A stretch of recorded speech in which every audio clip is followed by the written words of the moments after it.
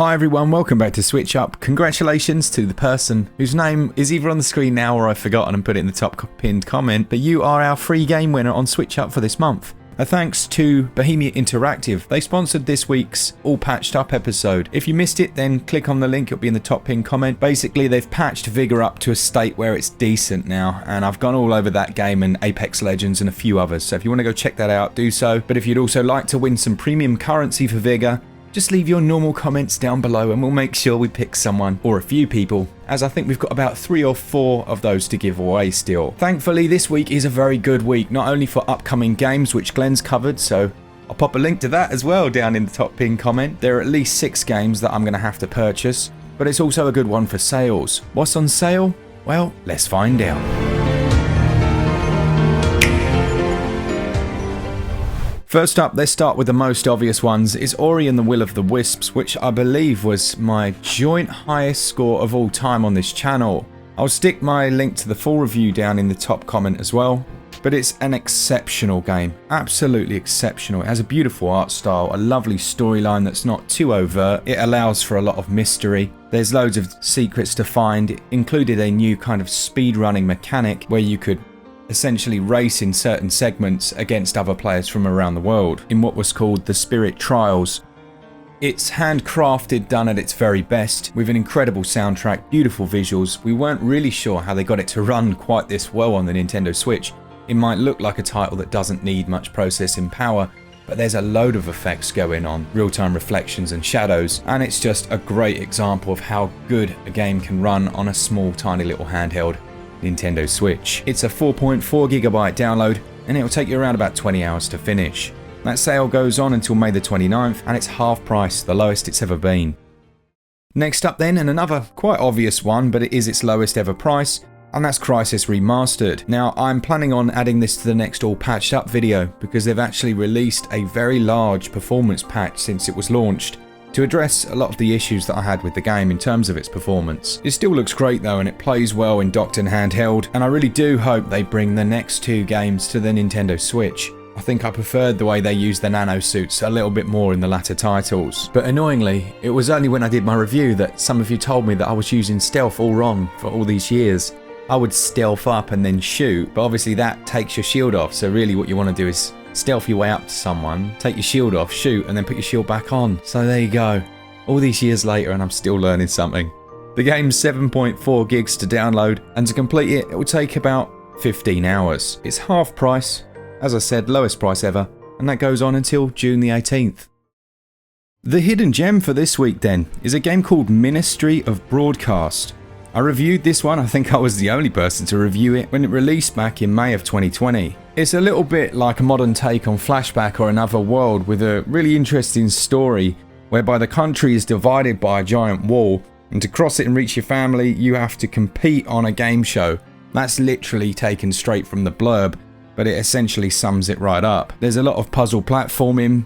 It's really strange, so it's got quite a macabre feeling to it, and is also quite dark. But if you're a fan of sarcastic humour and dry wit, then you will definitely enjoy this one. It will take you around about 8 hours to finish, has a 2GB download, and yeah, for £4.49, 67% off, you cannot go wrong. It's the cheapest it's ever been, and that sale goes on until June the 9th.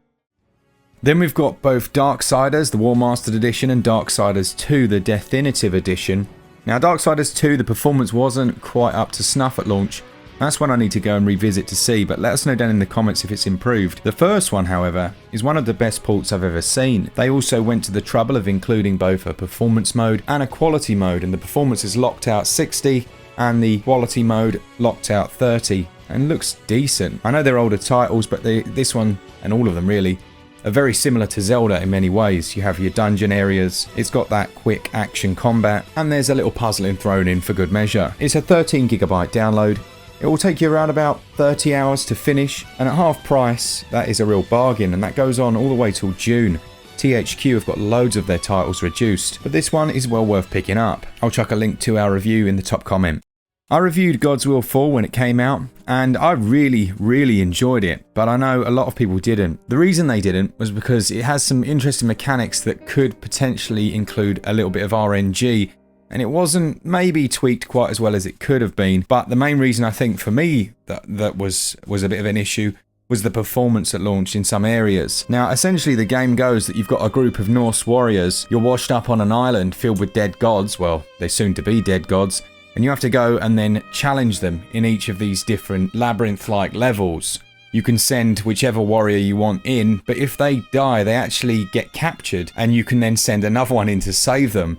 But if they're related, then it will massively affect their morale, either positively or negatively. They might get really distressed, or they might just be absolutely enraged and want to save them so they get a power increase for that next run. I think that's a really nice system.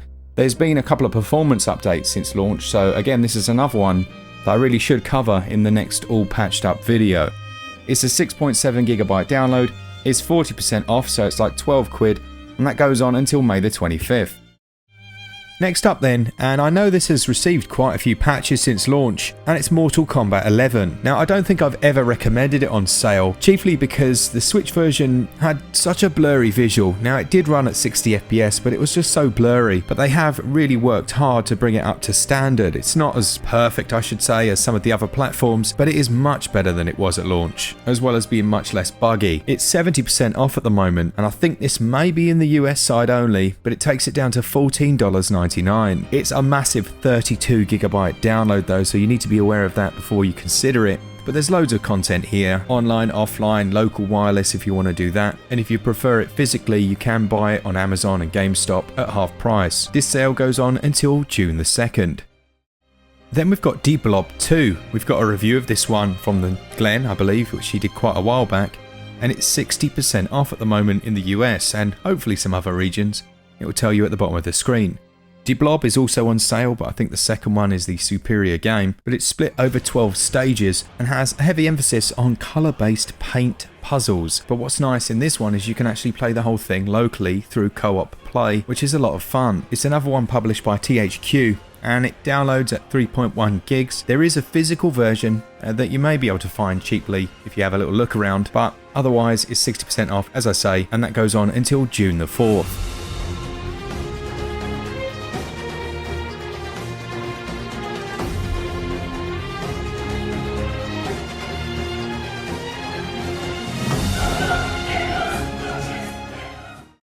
Green Hell isn't one that's going to be for everyone. I'd recommend this to hardcore survival fans. The game is brutal. You're dropped off in the rainforest. I say dropped off, you're basically abandoned. And then almost certainly will spend your next few hours dying repeatedly. You can die from insect bites, leeches, crazed tribesmen, the rain, the sun. Probably die from a coconut falling on your head, but I haven't seen that one yet. But as you gradually master the various systems in the game, it's very rewarding. There's a full review if you'd like to check it out, but I think you'll know if you're a survival fan. We've actually got quite a few good ones on the Switch, and this is a good example. Let me know down in the comments if this has received any patches, because I'd quite like to revisit it. It had a few performance stutters at launch, but it was still more than playable. It's got a download size of 2.2 gigs. It's half price until May the 27th, taking it down to just over $12, or your regional equivalent. Next up then, we've got Rise the Future, which I believe comes from either a very small dev team or a single developer. I can't remember. But what I do remember is that they decided to go back, even after it was given generally favourable reviews on the Switch across the board. They went back and added in a 60 frames per second mode, so it runs buttery smooth. They added in multiplayer, so it has 2-player multiplayer, because everyone was like, how can you have a racer and not have multiplayer? Which is fair enough, and they added that in. It's got 64 challenge races. There are 8 different championships to work your way through. There are 10 different cards. There are 4 worlds. They just really added in a load of extra features after launch, and it wasn't even a bad launch to begin with. It shows a real love of what they do, and you can only give credit to that when you see it. But all of that comes secondary to the fact that when you go over water, your cars essentially turn into DeLoreans. That is just awesome. A very good game, and what, 40% off? That's the lowest it's ever been. That goes on until June the 11th.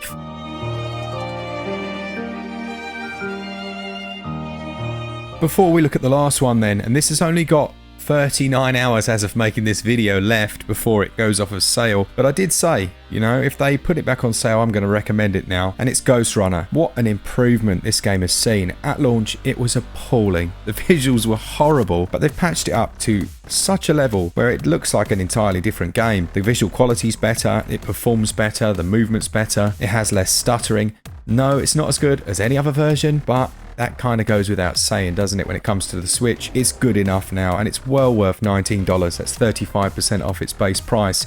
It's a very good game. You basically control a futuristic ninja who has a katana. You can slow down time by pressing the L bumper and then move in the air before releasing it and whipping forwards and doing one-shot kills or one-hit kills. You can deflect bullets with that katana as well. And there's a bit of puzzling, 3D environmental puzzling and platforming involved. It includes the obligatory wall running you might hope for, and it's also got excellent narration throughout and a decent story. It will take you around about 15 hours to complete the game, and it's an 8.8 gigabyte download. Definitely consider picking this one up.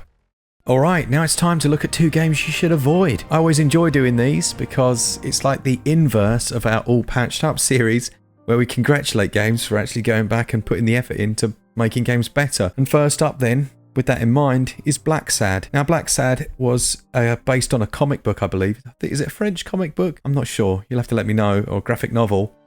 And they're really good, like they're brilliant, and underneath this is a very good and interesting game, but unfortunately the performance has been so bad since it launched. They released a couple of patches, but they didn't do a huge amount. I mean, let's say if at launch it was broken, after a few patches it's like, oh, I don't know, offensively bad. It's a 22 gigabyte download as well, so it's not like, you know, it's not like a small one you're not going to notice. This is going to take up your entire Switch memory, and there's a reason that it holds a Metacritic score from the users of 3.6 out of 10. It hasn't performed well on any platform, but on Switch it's an insult, so don't pick it up. Next up then we've got Mario Kart. Sorry Mark, did you say Mario Kart? No, yeah.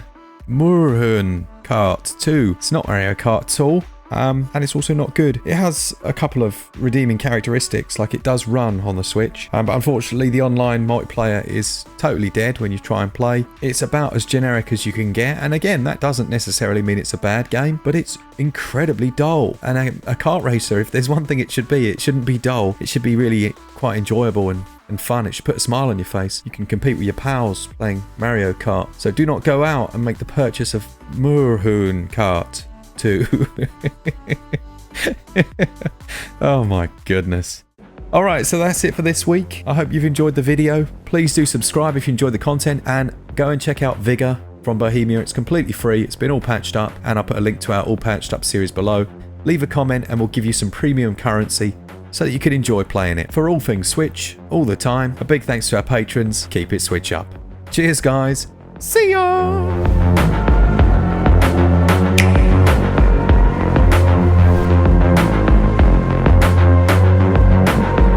Next up, and I know for a fact this is definitely a solo developer. The guy's an absolute legend. I've never known someone to spend so much time going back and trying to add in things the community want. And it's the game A Robot Named Fight. This is a brilliant game. Obviously it has those Metroid elements, but it is a Metroidvania. There's a touch of roguelite here, there's a touch of procedural generation, but there's little bits of all of those. It's not fully any one of those things, and it's just a real pleasure to play. There are 60 different enemies. You can play through local co-op, which has been an absolute blast in my household, and there are 100 different items to find. If you want to be a little bit sadistic, you can play the permadeath mode, but I mean, you're going to have to be a much better player than I am. At $4 or your regional equivalent, it represents a 67% saving. Loads has been added to this since launch, so any reviews you see, they won't cover half of what's now in the game. And if you're looking for like an old school style co-op game to play either with a friend or a kid, this is definitely one to consider.